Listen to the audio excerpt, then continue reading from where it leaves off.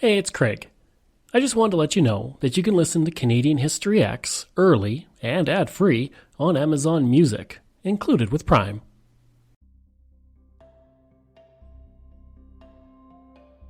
Greetings and welcome to another episode of Canadian History X. Before I continue, I just want to mention that you can support us through Patreon by going to patreon.com/CanadaX, that's EHX. We have several tiers for you to choose from $3 to $100, and every dollar helps keep this podcast going. When people think of the Klu Klux Klan, it's natural to see it as an organization of the past, despite still existing and most present in the American South. Interestingly enough, Canada had its own chapter of the KKK, and for a time, at least in Saskatchewan, it was a political force to be reckoned with. In this episode, I will look at the history of the KKK in Saskatchewan. I will also talk to Bill Weiser, Distinguished Professor Emeritus of History at the University of Saskatchewan. In the United States, the KKK existed from the end of the Civil War until 1872, when the Ku Klux Klan Act resulted in the termination of the organization. Things were quiet on the KKK front until a film called The Birth of a Nation was released by D.W. Griffith in 1915. The film, which honestly is a masterpiece of filmmaking due to the many innovations it created, is also a pile of racist propaganda that used historical revisionism to portray the KKK as heroes against what they saw as the Black Menace. The day after Thanksgiving in 1915, William Joseph Simmons, inspired by the film, recruited 15 of his friends to establish the second Ku Klux Klan on Stone Mountain in Georgia. A decade later, in 1925, the Ku Klux Klan would arrive in Canada after C. Lewis Fowler of New York City, John Hawkins of Virginia, and Richard Cohen of Toronto signed an agreement to establish the Ku Klux Klan of Canada. Chapters began to spring up throughout Canada, but this version of the Ku Klux Klan was very different from those seen in the United States. The organization made efforts to distinguish itself from the American organization. John Hawkins stated in a rally in London, Ontario, that the American Ku Klux Klan was not lawless, and that it abided by the laws of the nation, but that it would work to change those laws that it did not support. Bill Weiser speaks regarding the arrival of the Klan in Canada. The Canadian KKK was quite different from the American one. It reinvented itself in the 1920s and came to the province in 1926. Memberships were $13 to become a member of the KKK, and they had no shortage signing up recruits. The Klan robes used in Canada also featured a maple leaf on them to distinguish from the Americans. The organization in Canada also had a more narrow focus than the United States organization, with its main focus to preserve the Britishness of Canada with respect to ethnicity. Rather than focus on blacks, the organization railed against the immigration of what it saw as Eastern Europeans flooding into Canada at the time. That is not to say that the Canadian organization wasn't violent. Property damage was a common tactic of the KKK in Canada, which included the apparent razing of the St. Boniface College in Winnipeg, which resulted in 10 deaths, the total destruction of the building, and the loss of its libraries and all the records inside. In 1926, dynamite was detonated at St. Mary's Roman Catholic Church in Barrie, Ontario. The man who placed the dynamite in the furnace room was caught and said he was ordered to conduct the terrorism by the KKK. From this point on, with religious leaders and politicians speaking out against the Klan, membership began to decline. It was at this time that things began to move farther west.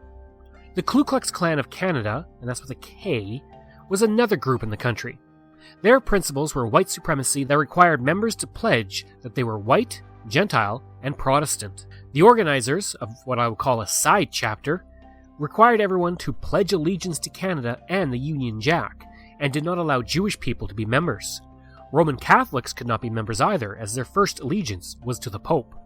So, through the years, the KKK would move across the West, and eventually reach Saskatchewan.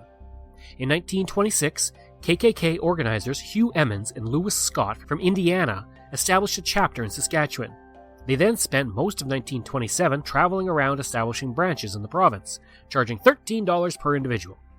They also spread their propaganda and burned crosses in the province. They then took all the money they raised and left the province with it. The amount totaled $100,000 or $1.4 million in today's funds.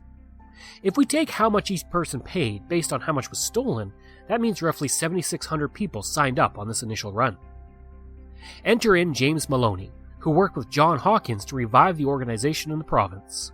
Under his leadership, the organization raised over $50,000 in member fees, and they claimed to have 70,000 members, but it was probably closer to 25,000 to 40,000.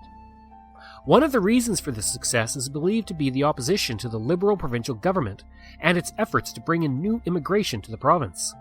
Many of the supporters of the KKK were Conservative Party Saskatchewan supporters who were unhappy with the Liberals and their support of Catholics. The Klan in Saskatchewan was anti-Catholic and anti-French. They campaigned against a separate school system using the slogan, "One nation, one flag, one language, one school." They opposed crucifixes on public school walls and nuns teaching of any kind of French. They also blamed Saskatchewan's issues on Quebec. Bill Weiser speaks on the views of the Klan on immigrants and their spread into Saskatchewan. It's right. It's not the traditional KKK. The KKK in Saskatchewan zeroed in on continental European immigrants. So in other words, immigrants that came to the province from Central Europe. They dressed differently. They spoke differently. They worship differently. They even cook differently. By God, they use garlic. And Saskatchewan was supposed to be an Anglo-Canadian stronghold. And there was a great fear that these immigrants were diluting that Anglo-Canadian fabric. Yes, they came in increasing numbers, but the Anglo-Canadian majority still dominated. But to use a line from Jewish immigrants to Canada, one is too many, and that was the attitude in Saskatchewan. They didn't want these continental European immigrants here. They couldn't assimilate, and they were worried about the province's future. That's one thing the KKK did, was tap into that. The other was that it was very anti-Catholic, and it made anti-Catholicism one of the main tenets of the KKK message here. And in Saskatchewan, as I said, it's a Protestant stronghold. They were suspicious of Roman Catholics. They felt that Catholics didn't owe their allegiance to the country but to the Pope. In fact, they were worried that the federal government was trying to create a second Quebec in Western Canada. And so when they spewed their anti-Catholicism, it also found a welcome home in Saskatchewan. At the Klan's first rally in Saskatchewan in Moose Jaw, 7,000 people attended. In Melfort, a crowd of 5,000 to 10,000 gathered to sing The Maple Leaf Forever and Onward Christian Soldiers as two 20-foot crosses burned. In Indian Head, the Klu Klux Klan chapter was established in 1928, and it held its meetings every first and third Wednesday of each month. That same year, the Ladies of the Benevolent Order of the KKK also established in the town and held their first drive-in dance at the Orange Hall. As the Indian Head News reported on November 1st, 1928, the affair, patriotically decorated and illuminated by the uplifted fiery cross under which the doxology was sung, was attended by many citizens of the town and district. So why was the Klan so popular in Saskatchewan? Let's go back to Bill Weiser. No, well, Saskatchewan was the most ethnically diverse province at the time. It's hard to think of Saskatchewan as a destination for people today, okay? They go to the large cities, but Saskatchewan had good farmland, lots of it, and Saskatchewan was the fastest growing province in Canada in the early 20th century. You've got tens of thousands of people coming to the province. And the Canadian government is not only advertising in Great Britain, but also the United States and continental Europe. And so these people came, and they were seen as a threat from day one, from their arrival. They were called newcomers at the best of times, but they were regarded as foreigners, and they felt that they wouldn't fit in. Saskatchewan's motto today is "From many people's strength," and that motto wasn't adopted until the 1970s. About a century ago, Saskatchewan actively resisted diversity. It would drag the province down. And the KKK came into Saskatchewan and took advantage of the situation. They didn't create the situation. they took advantage of it. In fact, one Klan leader said of Saskatchewan, we fed them all kinds of antiques and they ate it all up. It should be pointed out that not everyone who attended these rallies were in agreement with the KKK, and many were there because they were paid to or lied about what it was. John Stewart of Nipawin was standing on a street corner when he was approached by a man who said he would see that John got a job. He then gave him $5 to attend a meeting in Moose Jaw that evening. Stewart did, and in his son's words, it didn't take long to realize that this was a meeting of the Klu Klux Klan. He said he got out of there as fast as he could and never stopped running until he reached Weyburn. On January 10, 1929, Reverend S.P. Rondeau spoke at a Klan meeting at the Regent Hall in Saskatoon, stating that Quebec was trying to turn Saskatchewan into a second French-speaking province. The Klan would also play a major role in the 1929 Saskatchewan general election, which would result in the Liberals, under James Garfield Gardiner, the fourth Premier of Saskatchewan, falling to the Conservatives, who created a coalition government after a vote of non-confidence. The Conservatives were led by James Thomas Milton Anderson, who was accused of working closely with the Ku Klux Klan. Pat Emmons, who was a defector from the Klan and had been a senior member, stated that Anderson met often with Klan officials and that the Liberal Party accused the Conservatives of being a front for the Klan.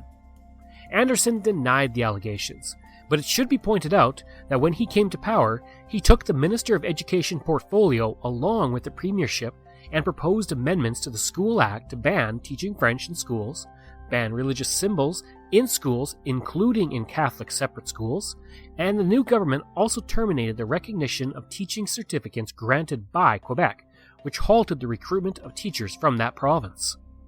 The Klan also went to several election rallies for James Garfield and burned crosses. The provincial treasurer for the Klan in Saskatchewan was Walter Davy Cohen, who would go on to become the Conservative Member of Parliament for Long Lake from 1930 to 1935. One person accused of being a supporter of the Klan was a young Saskatchewan Conservative member named John Diefenbaker, future Prime Minister of Canada. Now, it's not said whether he actually supported the Klan or not, but considering he was seen as progressive and he would give the Indigenous the right to vote, it's highly unlikely he was a member of the Klan or supported them in any way. One man who was not identified but joined the Klan out of curiosity in Weyburn stated that, in his words, these were a bunch of Sharpies who figured out Saskatchewan would be a good place to make a few fast bucks. Like in other places, the Klan wasn't above some violence and intimidation to get their message across. The Roman Catholic shrine at Le Brere, Saskatchewan, was destroyed by fire, and an attempt was made to burn down the legislature in Regina. While there is no proof that it was the Klan, both actions were attributed to them. Primarily, the Klan found its most success in southern Saskatchewan, but chapters were found across the province in every major community. Firmly entrenched in Saskatchewan now, Klan supporters like T.J. Hine, the Reverend of the First Baptist Church in Moose Jaw, stated that the Klan was there for the protection of the physical purity of current and future generations. The Klan also began to put out false information, including stating that 8,000 immigrants had come to Regina, but only 7 of those immigrants were Protestants. They also wanted to implement a 100% Canadian policy to deter the declining influence of Protestant Canadians because of immigration from Eastern Europe.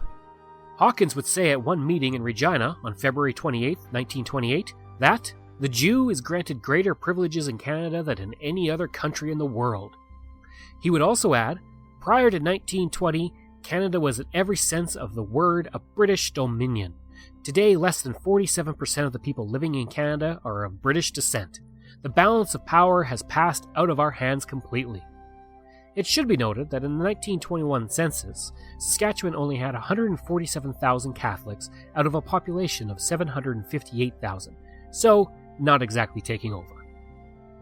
In another case, in October of 1927, at a Klan meeting at the Regina City Hall, Maloney stated that he received a letter from the President of Mexico in which it was stated that Mexico had an illiteracy rate of 80% because of the control of the Catholic Church over the education system over the past 400 years. Now, I don't want to make it seem as though Saskatchewan was totally on board with the KKK. In fact, there was a great deal of vocal opposition to the organization. In Biggar, the Biggar United Church would suffer a schism because of the KKK. From 1927 to 1929, Reverend Rams was leading the congregation, but he was also a follower of the KKK. This brought about a division that led the Presbyterians to form their own congregation at a new church in the community, rather than be part of this church anymore. In Keeler, Duncan Keeler, whose family helped found the community, relates about a time that the Klu Klux Klan came to the community. In his story, someone else opposed the KKK when many others did not. He says, "We as kids were not allowed in. The windows were covered with tar paper, but we could peek in and hear a lot. They talked a long time, then asked that anyone who did not agree with what they said should stand up. We had a little United Church minister by the name of McVicker. He did not talk very loud, but was the only one to stand up, and he said in no uncertain terms that he did not agree with anything they said. He was asked to leave, so he picked up his coat and left from the front of the hall where he had been sitting.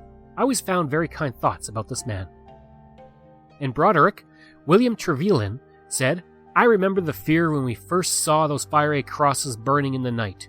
One even burned on the western outskirts of Broderick."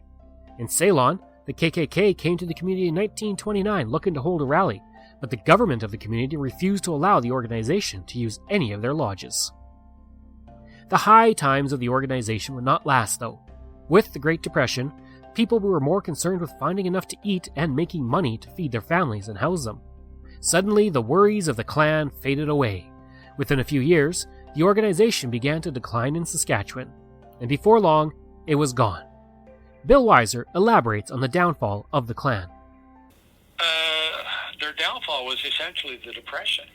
Come 1930, everybody suffers. Everybody's in the same boat. And so the KKK, when it comes to Saskatchewan, has that great following, 1927, 1928. People from all walks of life, from all political parties in the province join in. There's a bit of a backlash against them in the 1929 election led by Jimmy Gardner and his Liberal Party. But come 1930, when the Conservative Party takes over, also playing on this anti-immigrant rhetoric, the Depression comes along and they can't do much along the lines of cultural engineering, which they wanted to do. They're basically trying to survive, get the wheat economy back on its feet, and the KKK dissipates.